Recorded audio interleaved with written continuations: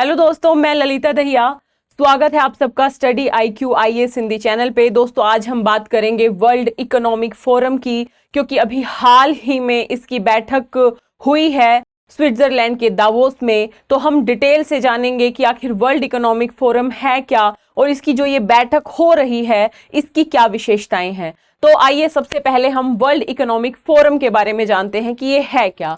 दोस्तों ध्यान रखिएगा, वर्ल्ड इकोनॉमिक फोरम यानी कि विश्व आर्थिक मंच बेसिकली एक स्विस गैर लाभकारी संस्था है, यानी कि ये नॉट फॉर प्रॉफिट गैर लाभकारी संस्था है। पहली बात, इसकी स्थापना 1971 में हुई थी और इसका मुख्यालय कहाँ है ये भी हमें पता होना चाहिए। इसका मुख्यालय स्विट्जरलैंड के जेनेवा में है, लेकिन इसकी ज्यादातर बैठकें दावोस में संचालित की जाती हैं और जो वर्तमान बैठक है वो भी स्विट्जरलैंड का एक छोटा सा शहर है दावोस, उसमें संचालित की जा रही है। ठीक है, लेकिन इसका जो मुख्यालय है वो जेनेवा में है। इसके साथ हमारे दिमाग में ये बात आनी चाहिए कि आखिर वर्ल्ड इकोनॉमिक फोरम का उद्देश्य क्या है, ये किन संकल्पों के लिए बनाया गया है। तो दोस्तों ध्यान रखिएगा, ये जो फोरम है ये वैश्विक, क्षेत्रीय, औद्योगिक एजेंडों को आकार देने के लिए राजनीतिक, व्यापारिक, सामाजिक और शैक्षणिक क्षेत्र के अग्रणी नेतृत्व को एक साझा मंच उपलब्ध कराता है। ये एक स्वतंत्र और निष्पक्ष संगठन है जिसका स्वयं का कोई हित नहीं है, यानी वर्ल्ड इकोनॉमिक फोरम का अपना कोई हित नहीं है। ये एक निष्पक्ष संगठन है, लेकिन ये विश्व भर के अलग अलग प्लेटफॉर्म्स के जो शीर्ष नेतृत्व हैं, चाहे वो शिक्षा के क्षेत्र में है, चाहे वो सामाजिक क्षेत्र में है, चाहे वो औद्योगिक क्षेत्र में है, राजनीतिक क्षेत्र में है, इन सब नेतृत्वों को एक मंच पे लाना और जो विश्व की समस्याएं हैं उनके ऊपर चर्चा करना और एक साझे समाधान की ओर पहुंचना बेसिकली वर्ल्ड इकोनॉमिक फोरम का उद्देश्य है।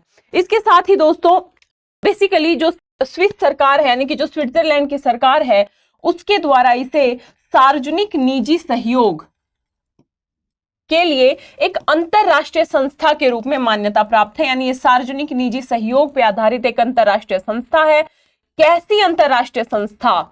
जो गैर लाभकारी है। ध्यान रखिएगा, गैर लाभकारी। ठीक है, इसके साथ ही हमें एक बात और ध्यान रखनी चाहिए कि जो इसके संस्थापक और वर्तमान में भी जो इसके कार्यकारी अध्यक्ष हैं, इकोनॉमिस्ट हैं, ये इनका नाम है क्लास श्वाब।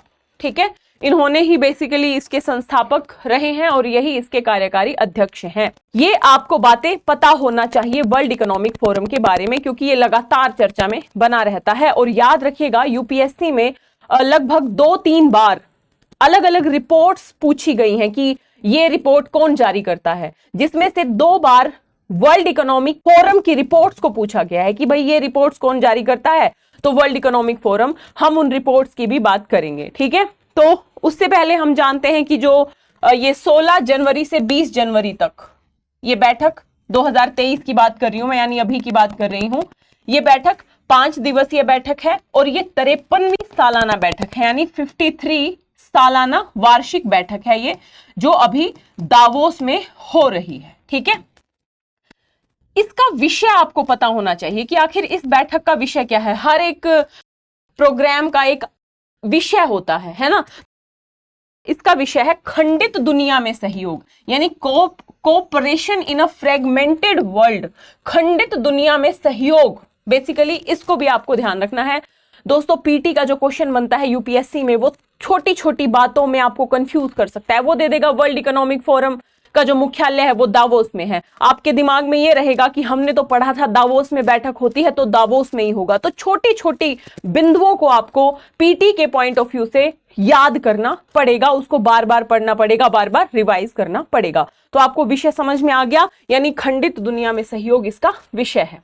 इसके बाद इस 53वीं बैठक की हम यदि डिटेल से बात करें तो इस 53वीं बैठक में 52 राष्ट्राध्यक्ष या सरकारों के अतिरिक्त 130 देशों के लगभग 2700 से अधिक व्यक्ति शामिल हैं। अभी मैंने आप लोगों को बताया था कि इसकी बैठकों में केवल सरकारें ही शामिल नहीं होती, बल्कि अलग अलग देशों के अलग अलग क्षेत्रों के जो शीर्ष व्यक्ति होते हैं, जैसे व्यापारिक क्षेत्र के हैं, शैक्षिक क्षेत्र के हैं, सामाजिक क्षेत्र के हैं, तो वो कार्यकर्ता भी यहाँ पे पार्टिसिपेशन करते हैं, यानी भागीदारी करते हैं। तो आप देख सकते हो इन सब भागीदारों में निवेशक हैं, व्यापारिक नेता हैं, राजनीतिक नेता हैं, अर्थशास्त्री हैं, मशहूर हस्तियां हैं, तो और पत्रकार हैं, ध्यान रखिएगा, ठीक है। तो सब लोग इसकी बैठकों में शामिल होते हैं। अब यदि हम इस 2023 की बैठक के मुद्दों का जिक्र करें डिटेल में, तो एक बार ये बैठक हो जाती है, फिर अलग से इसके मुद्दों को एक बार आप देख लीजिएगा। लेकिन क्या क्या मुद्दे हो सकते हैं? एक तो चाइना में जो कोविड का बढ़ता प्रसार है, वो एक विचारणीय मुद्दा होगा सभी देशों के लिए कि कोविड जैसी महामारी से निजात कैसे पाई जाए और भविष्य में इस प्रकार की चुनौतियां विश्व को फेस ना करनी पड़े, विश्व को ऐसी चुनौतियां का सामना ना करना पड़े, इसके लिए एक रणनीति तैयार करना होगा। इसके साथ ही हम ये जान सकते हैं कि जो यूक्रेन और रशिया, यूक्रेन और रूस युद्ध है और इस युद्ध के जो नकारात्मक प्रभाव पड़े हैं पूरे के पूरे विश्व पे, इन प्रभावों के ऊपर भी चर्चा करना होगा। और कहीं ना कहीं जो ऊर्जा संकट उत्पन्न हुआ है, इस ऊर्जा संकट का समाधान कैसे किया जा सकता है, ये भी एक बड़ा मुद्दा होगा इस बैठक में। इसके साथ ही महंगाई, जो ना केवल भारत बल्कि लगभग प्रत्येक देश की एक बड़ी समस्या बन के उभरी है कोविड के बाद से, इसके ऊपर चर्चा करना। इन मुद्दों के अतिरिक्त जितने भी आर्थिक मुद्दे होते हैं, सामाजिक मुद्दे होते हैं, भू राजनीतिक मुद्दे होते हैं और पर्यावरण संकट, इन सब मुद्दों को बेसिकली वर्ल्ड इकोनॉमिक फोरम में उठाया जाएगा। यहां पे मैं आप लोगों को एक बात बता दूं कि इस पर्यावरण संकट से संबंधित जो विश्व आर्थिक मंच है, ये बेसिकली वैश्विक जोखिम रिपोर्ट जारी करता है और वैश्विक जोखिम रिपोर्ट 2023 इसने जारी कर दी है। इस रिपोर्ट के बारे में भी मैं आपको आज की क्लास में कुछ बताने वाली हूं, है ना। तो ध्यान रखिएगा, इन मुद्दों को बेसिकली उठाया जाएगा इस फोरम में, किस तरीके से हम वैश्विक मुद्दों का समाधान कर सकते हैं।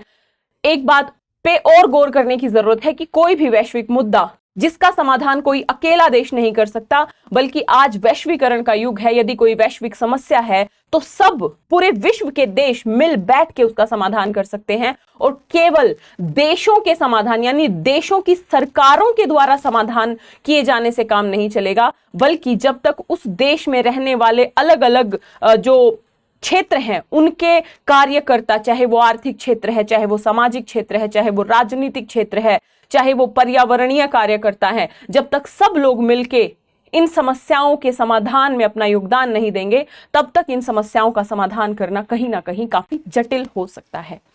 ठीक है, इसके बाद यदि हम महत्व की बात करें कि आखिर इस वर्ल्ड इकोनॉमिक फोरम का क्या इंपॉर्टेंस है, इस विश्व आर्थिक मंच का क्या इंपॉर्टेंस है, क्या महत्व है, तो ध्यान रखिएगा इस फोरम में अलग अलग देशों की सरकारें, अलग अलग संगठन, अलग अलग उद्योगपति, सिविल सोसाइटी यानी नागरिक समाज, सब लोग बैठते हैं, मुद्दों पे चर्चा करते हैं और मिल बैठ के समाधान की तरफ पहुंचते हैं। जैसा कि मैंने आपको अभी बताया कि वैश्विक समस्याओं का समाधान कोई भी अकेला देश या अलग अलग देशों की सरकारें ही नहीं कर सकती, बल्कि प्रत्येक व्यक्ति की भागीदारी उसमें होगी, तभी हम इन वैश्विक चुनौतियों का सामना कर सकते हैं या इन वैश्विक चुनौतियों का समाधान कर सकते हैं।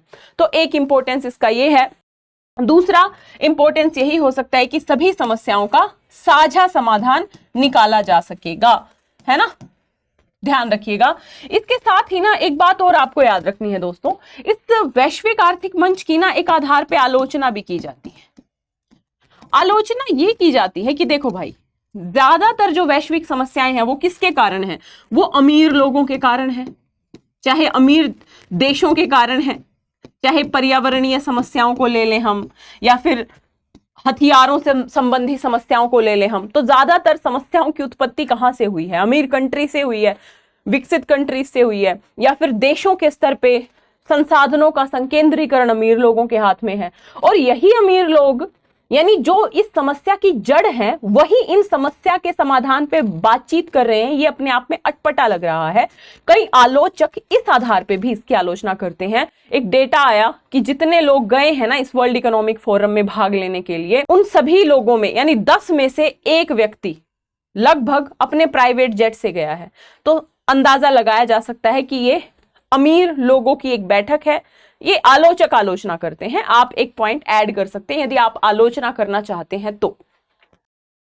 इसके बाद दोस्तों, यहां तक आप लोगों का वैश्विक आर्थिक मंच कंप्लीट होता है। बिल्कुल आपको ध्यान रखनी है, ये जितनी चीजें मैंने आप लोगों को बताई हैं, क्या है ये नॉन फॉर प्रॉफिट है, 1971, जेनेवा, किस किस क्षेत्र के लोग इसमें शामिल होते हैं, सार्वजनिक निजी सहयोग है, क्लास श्वाब ने इसकी स्थापना की थी, और जो इसकी 53वीं बैठक है इसमें इसका विषय क्या है, और साथ ही इसके मुद्दे क्या होंगे, इसका महत्व क्या है, इसकी आलोचना क्या है, इन सब विषयों के ऊपर आप लोगों को अच्छे से समझ में आया होगा। अब एक बार ध्यान से देख लेते हैं। वैश्विक जोखिम रिपोर्ट 2023 बेसिकली जारी की गई है। सबसे पहला इंपॉर्टेंस तो आप लोगों के लिए यही है, पीटी में क्वेश्चन सीधा पूछा जा सकता है कि वैश्विक जोखिम रिपोर्ट कौन जारी करता है, तो वैश्विक आर्थिक मंच जारी करता है। ध्यान रखिएगा, इस वर्ल्ड इकोनॉमिक फोरम ने ग्लोबल रिस्क रिपोर्ट 2023 में 18वां संस्करण जारी किया है, और इस रिपोर्ट में साफ साफ कहा है दुनिया को कि अगले 2 वर्षों में प्राकृतिक आपदाओं और चरम मौसमी घटनाओं के लिए तैयार रहें। यानी कहीं ना कहीं पर्यावरण परिवर्तन का जो नकारात्मक प्रभाव है वो विश्व को देखने को मिलेगा चरम मौसमी घटनाओं के तौर पे, और कहीं ना कहीं प्राकृतिक आपदाओं के तौर पे पूरे के पूरे विश्व को पर्यावरण संकट झेलना पड़ सकता है। इस वैश्विक जोखिम रिपोर्ट में साफ साफ ये बात कही गई है ना। इसके साथ ही इस वैश्विक जोखिम रिपोर्ट में बहुत सारी बातें कही गई कि भाई जलवायु कार्यवाही और जैव विविधता की हानि हुई है लगातार।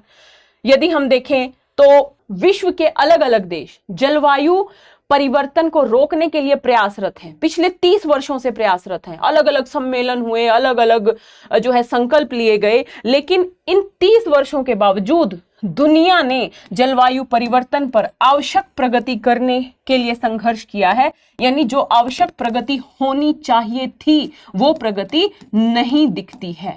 और कहीं ना कहीं इस रिपोर्ट में यह भी कहा गया है कि जो विश्व ने वैश्विक तापमान को 1.5 डिग्री सेल्सियस तक स्थिर रखने का संकल्प लिया है, उसको भी शायद ही पूरा किया जा सके। यानी लगभग तय है कि उस संकल्प को पूरा नहीं किया जा सकेगा, और यदि पूरा नहीं किया जा सकेगा तो जो वैश्विक प्राकृतिक आपदाएं हैं वो विश्व को उनको झेलना पड़ सकता है।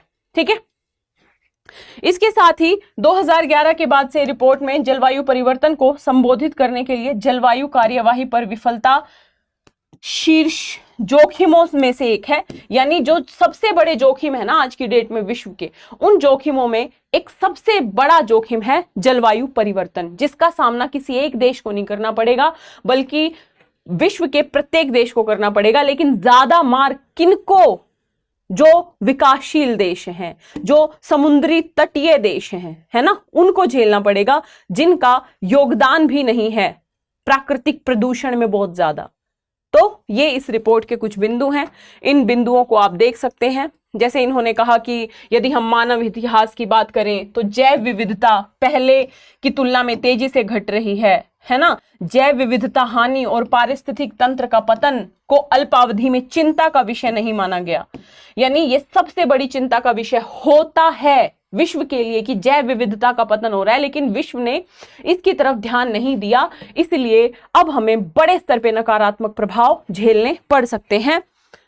ठीक है, इसके साथ ही दोस्तों आप लोगों को यह बिल्कुल पता होना चाहिए कि वैश्विक आर्थिक मंच द्वारा जारी की जाने वाली रिपोर्ट्स कौन कौन सी हैं। पीटी का क्वेश्चन सीधा आप लोगों के लिए यहां से बनता है। तो सबसे पहली रिपोर्ट जो विश्व आर्थिक मंच जारी करता है, वैश्विक जोखिम रिपोर्ट, जो हमने अभी देखी, जो 2023 जारी की जा चुकी है। वैश्विक जोखिम रिपोर्ट के अतिरिक्त हम देखते हैं वैश्विक यात्रा और पर्यटन report, global travel and tourism report भी वर्ल्ड इकोनॉमिक फोरम ही जारी करता है। इसके अलावा दोस्तों वैश्विक सूचना प्रौद्योगिकी रिपोर्ट यानी ग्लोबल आईटी रिपोर्ट भी यही जारी करता है।